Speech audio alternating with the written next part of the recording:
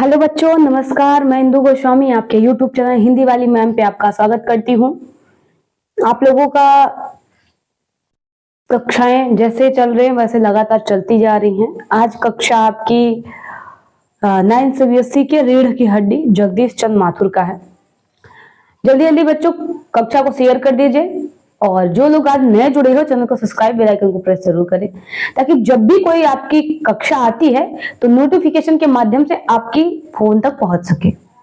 और सभी बच्चों तक इसलिए शेयर करें ताकि आप सभी उन बच्चों तक पहुंचा सके और उन सब बच्चों का भी मदद कर सके जो फ्री में ऑनलाइन पढ़ना चाहते हैं। तो हम अपनी कक्षा की ओर चलने से पहले आपसे एक निवेदन करेंगे कि आप कक्षा को रोज रेगुलर शेयर जरूर किया करिए। धन्यवाद। आइए अपनी कक्षा की ओर चलते हैं। कक्षा हमारी बहुत ही आज की इंपॉर्टेंट रहने वाली है, खासकर उन स्टूडेंट्स के जो कि अभी बहुत से जगह पे तो अपने हिसाब से परिवर्तन बहुत हो गई है। अभी बहुत से जगहों पे है कि जो शिक्षा को लड़कियों के प्रति बहुत ही नीची देखी जाती है। आज की कक्षा एक कक्षा मात्र नहीं है, एक हमें सीख देने वाली है। एक ऐसी सीख जो हमें जिंदगी भर समझ में आएगी। एक ऐसी सीख जो 9th में पढ़ने के बाद हमें एक चीज समझ में आएगी कि हाँ, जब तक हम अपने कदम नहीं उठाएंगे, अपने लिए नहीं लड़ेंगे, तब तक हमें क्या है, कोई हमारे लिए लड़ने वाला नहीं है।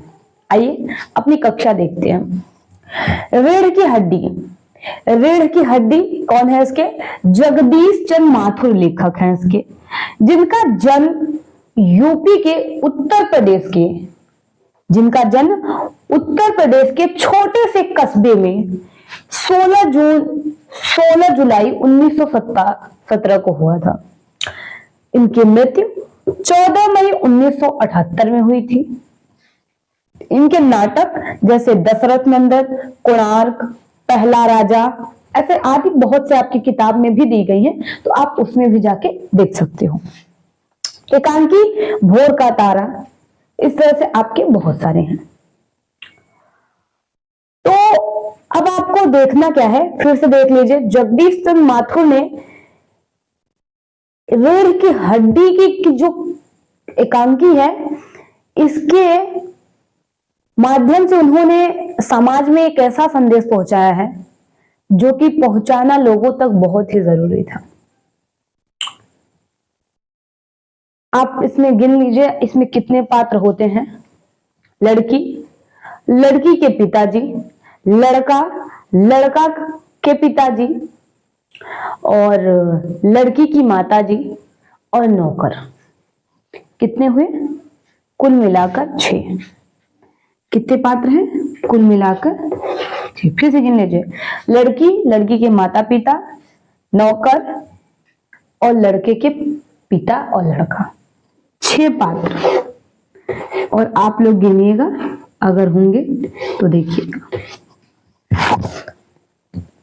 अब देखिए होता क्या है यहां पे कि जो लड़की के पिता रहते हैं, माता तो अच्छी भाली उनको बहुत ही पूरी तरह से वो परिचित थी समाज से। वो बोलती थी कि लड़कियों को पढ़ाना ठीक नहीं है, लड़कियों को ना पढ़ाइए। लेकिन पिता जो है वो लड़कियों से लगाव उनका बहुत ज्यादा था, प्यार लाड़ भी काफी था, तो अपनी लड़की को खूब पढ़ाया। एमफिल मैट्रिक पास भी हो गई, वो कॉलेज में दाखिला ले ली। तो हुआ क्या, तब समाज ये था, उनको कोई बहू या अपने घर के लिए अपनी पत्नी नहीं चाहिए, उनको तो एक जानवर चाहिए। समाज कैसा था, उनको एक जानवर चाहिए था जो कि चुप रहे, मारो तो सहे, खाना ना दो तो ना बोले, लेकिन काम करे। आपकी हर एक गलती बर्दाश्त करे और ऊपर से ताने भी सहे। ऐसा एक जानवर ही कर सकता है। आप लोग इस बात से सहमत हैं? ऐसा एक जानवर ही कर सकता है जिस बेचारे पर कोई वश नहीं है। आपके रशखान कहते हैं ना कि पस हुए तो का बस मेरो, कि नंद की गाय चरा बजारूं, कि पस हुआ तो मेरा कोई वश नहीं है। पस का कोई वश नहीं होता। बेचारे को जहां बांध दिया जाता है वहां बंधा रहता है। जो खाने के लिए दे दिया वो खाया, जो पीने के लिए दिया वो पिया, अगर मारा तो उसे सहना पड़ता है, ऑब्जेक्शन नहीं कर सकता। तो यही बात है कि तब की समाज यही थी कि हमारी समाज इस तरह से थी कि उनको एक बहू या पत्नी के रूप में कोई लड़की नहीं, उन्हें एक जानवर के रूप में चाहिए था, एक पशु चाहिए था जो वो बांधे, इस खूंटे से छूटे उस खूंटे पे बंधे और काम तो भरकस करे, आपकी ताने भी सुने, मार भी खाए, आपको ऑब्जेक्शन भी ना करे, ये चाहिए था। उसी हिसाब से, उस समाज के हिसाब से उनके पिता ने पढ़ा तो दिया, लेकिन पढ़ाई पाप समझ लिया। पछताने लगे कि मैंने अपनी लड़की पढ़ा के पाप कर दिया। क्यों? क्योंकि कोई शादी ही नहीं कर रहा था, सबको तो अनपढ़ चाहिए था, और उमा पढ़ी लिखी थी, जो पात्र लड़की है वो पढ़ी लिखी थी, तो भला क्यों शादी कोई करता। चलो आगे चल के कभी ऑब्जेक्शन कर गई तो, बात पे खड़ी हो गई तो, क्योंकि भाई जिसको नॉलेज है वो तो बोलेगा, जिसको नॉलेज नहीं है वही चुप रहेगा। शिक्षा इसीलिए जरूरी होता है ना कि आप खुद के लिए लड़ सके। तो उसके लिए रिश्ते ही आने बंद हो गए। उनकी माता ने बोला, आपसे मैं कह रही थी कि लड़की मत पढ़ाइए, लड़की पढ़ा के आपने अपने सर का बोझ बना लिया, इसको शादी ही नहीं हो रही है। तब उसके बाद क्या होता है, उसके पिता ने जितनी बार आया तो उस लड़की से बोला कि तुम कुछ मत बोला किया करो, अगर तुमसे बोले कि पढ़ने के लिए तो तुम बोल दिया करो हाँ बहुत कम पढ़ी हूं, नहीं पढ़ी हूं, मैट्रिक पास हूं।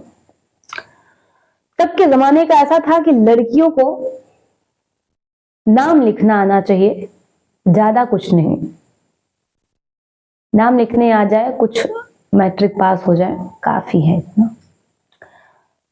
हुआ क्या, उमा के साथ कुछ यूं ही हुआ। लड़की वाले आ गए और लड़के वाले आ गए और जल्दी जल्दी तैयारियां चल रही थी। नौकर इधर उधर इधर उधर दही ले रहा था, ब्रेड ले रहा था, मक्खन ले रहा था, सब कुछ ले रहा था। तैयारियां सब चल रही थी जैसे होता है, एक लड़की के घर देखने के लिए आते हैं। जैसे ही आए उमा को बुलाया गया, पात्र जो लड़की थी उसको बुलाया गया।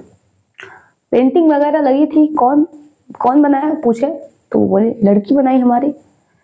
तो बोले लड़की आपकी पढ़ी लिखी है? हाँ पढ़ी लिखी है, बस थोड़ा बहुत। अच्छा, और बेटा गाना गा लेती हो? हाँ गा लेते हैं। सिलाई कर लेती हो? हाँ कर लेते हैं। जरा गाकर सुनाओ।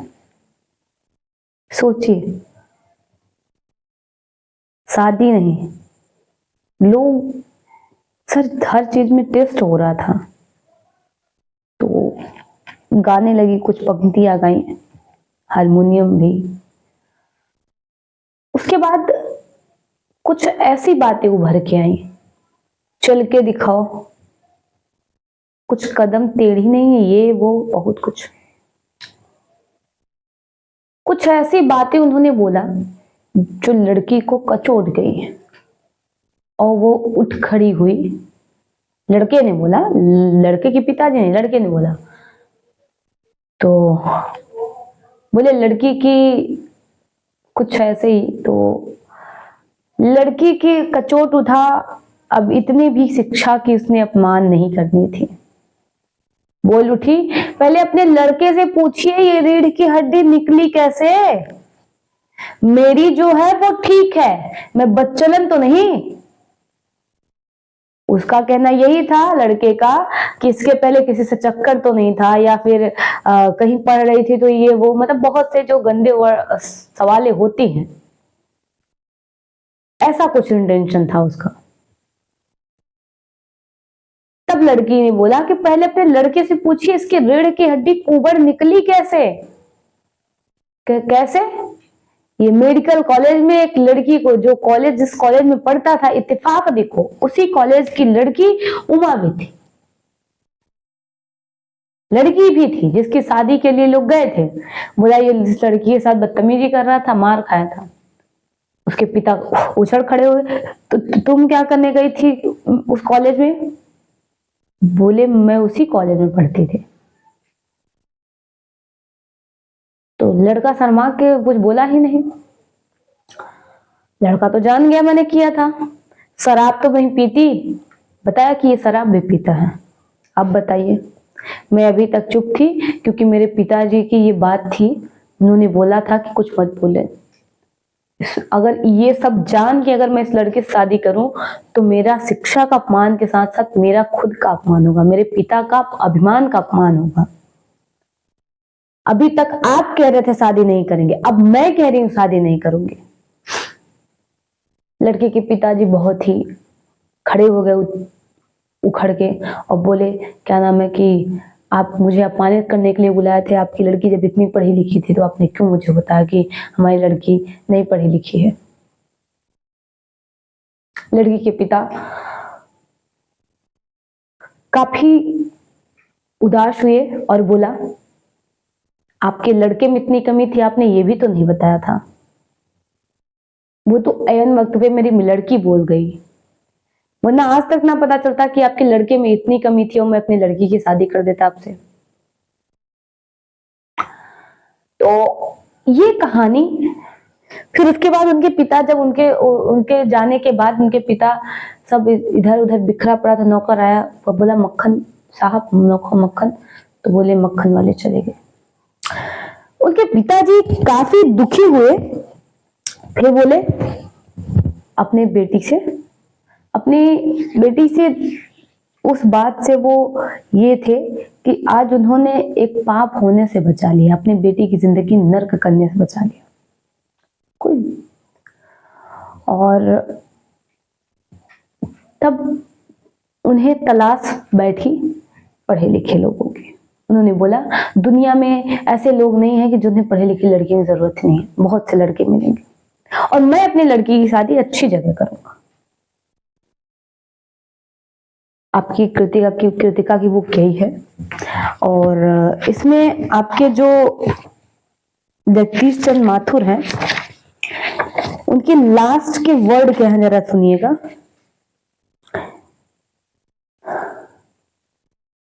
ये एक एकांकी है, एकांकी का मतलब जानते हैं आप, नाटक।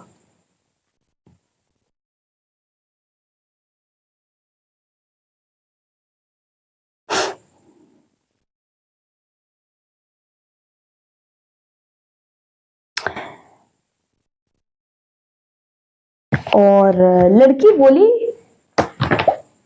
वहां पे एक बात ये भी बोली, मैंने बीए किया है, कोई पाप नहीं किया है कि मैं इसको छिपाती छिपाती फिरूं। फिर वो लोग चले जाते हैं, राम स्वरूप जो उनके रहते हैं पिता लड़की के, वो धम्म से बैठ जाते हैं। उनकी माता श्री वो भी घबराई रहती हैं कि ये भी रिश्ता हाथ से चला गया। तो मैं यही कहना चाहूंगी, ये कैसा समाज था? ये एक ऐसा समाज था जिनको शादी के लिए लड़की चाहिए थी, वो भी कैसी? अनपढ़, जो बोले नहीं केवल सुने, जो आंखें ना दिखाए केवल आंखें देखना सीखे, जो ऊंची बात कर ना सके केवल सुने, जो दिन भर काम करे और मारने पर भी कुछ ना बोले, जो गलत देखकर भी गलत को गलत ना कहे, वो औरत। और उमा लड़की जो थी वो पात्र ऐसी नहीं थी। एकांकी मतलब होता क्या है जान लो, नाटक होता है एकांकी। एकांकी नाटक होता है नाटक का मतलब समझ, जैसे मंडली होती है उसमें पात्र होते हैं, अपनी अपनी भूमिका निभाते हैं। जैसे कि आप पिक्चर वगैरह देखे होंगे, तो पिक्चर वगैरह में शूटिंग वगैरह बहुत जगह जाते हैं, लेकिन वहां केवल एक ही मंच रहता है, उसी पे होता है। पर्दा गिरता है, सब लोग सज के खड़े रहते हैं, पर्दा उठता है, चालू हो जाता है नौटंकी, और जैसे ही दूसरा कोई आता रहता है तो उस पर्दा गिरता है, फिर मतलब कोई आ जाता है, फिर पर्दा उठता है। तो जब ये खत्म हो जाता है तो पर्दा गिर जाता है। तब लास्ट में सबकी सराहना की जाती है कि हाँ कैसा था कैसा नहीं। हमें उम्मीद है कि ये कहानी आपके दिलो दिमाग में बस गई होगी। हमें उस समाज से आज तक लड़ना था जिस समाज में लड़कियों को कभी पढ़ाने की इच्छा रखी ही नहीं गई। उतनी बड़ी पाप मानी गई जितना बड़ा पाप है शिक्षा प्राप्त करना, लड़कियों का शिक्षा प्राप्त करना पाप से भी बड़ा माना गया। तो बताइए क्या यह सही था अभी तक? बस ये कहानी हमें अपने दिमाग में बैठाना कि ये हम कहां से निकल के आए हैं। ये जगदीश चंद्र माथुर क्या चीज लिख गए हैं। धन्यवाद। आप सभी से निवेदन है कि इस कक्षा को ज्यादा से ज्यादा शेयर करिए और ये कक्षा अच्छे से सुनिए मेरी। कल से आपकी इसके चैप्टर की कहानियां चलेंगी। आज मैंने इसकी सारांश बताए आपको एक ही कक्षा में इसकी कहानियां बता दी। अब बस केवल आपको पढ़ाना है, इसकी व्याख्या करना है। व्याख्या संदर्भ आपको साथ साथ चलेगा। लास्ट कक्षा में आपकी प्रश्न उत्तर भी आ जाएंगे। टेलीग्राम में आप जाके जरूर क्वेश्चन आंसर ले लिया करिए, प्लीज, आपसे रिक्वेस्ट है। बच्चे नहीं पहुंच पाते हैं। आपको लिंक कहां मिलेगा? आपको लिंक मिलेगा वहां से जब आप कक्षा लेते हैं। कक्षा में डिस्क्रिप्शन जो होता है वहां पे लिखा रहता है हेलो आपका स्वागत है, हिंदू गोस्वामी हिंदी वाली मैम पे आपका स्वागत है, आज की कक्षा ऐसे है, ये है वो है, फिर उससे टैग लगा रहता है। फिर वहां नीचे देखो कि आप यहाँ से जाके जुड़ सकते हैं टेलीग्राम से, यहाँ आपको नोट्स मिल सकते हैं। तो वो जो लिंक रहता है उस पर शेयर करके आप जाके वहां से अपना नोट्स ले सकते हैं। जल्दी जल्दी कक्षा को शेयर करिए और मजे से अपनी कक्षाएं लेते रहिए। कक्षा को दमदार बनाइए। अपनी पढ़ाई को निरंतरता से धीरे धीरे आगे की ओर ले जाइए। धन्यवाद। जल्दी जल्दी कक्षा को शेयर करिए। जो लोग नए जुड़े चैनल को सब्सक्राइब भी जरूर करें। धन्यवाद। जय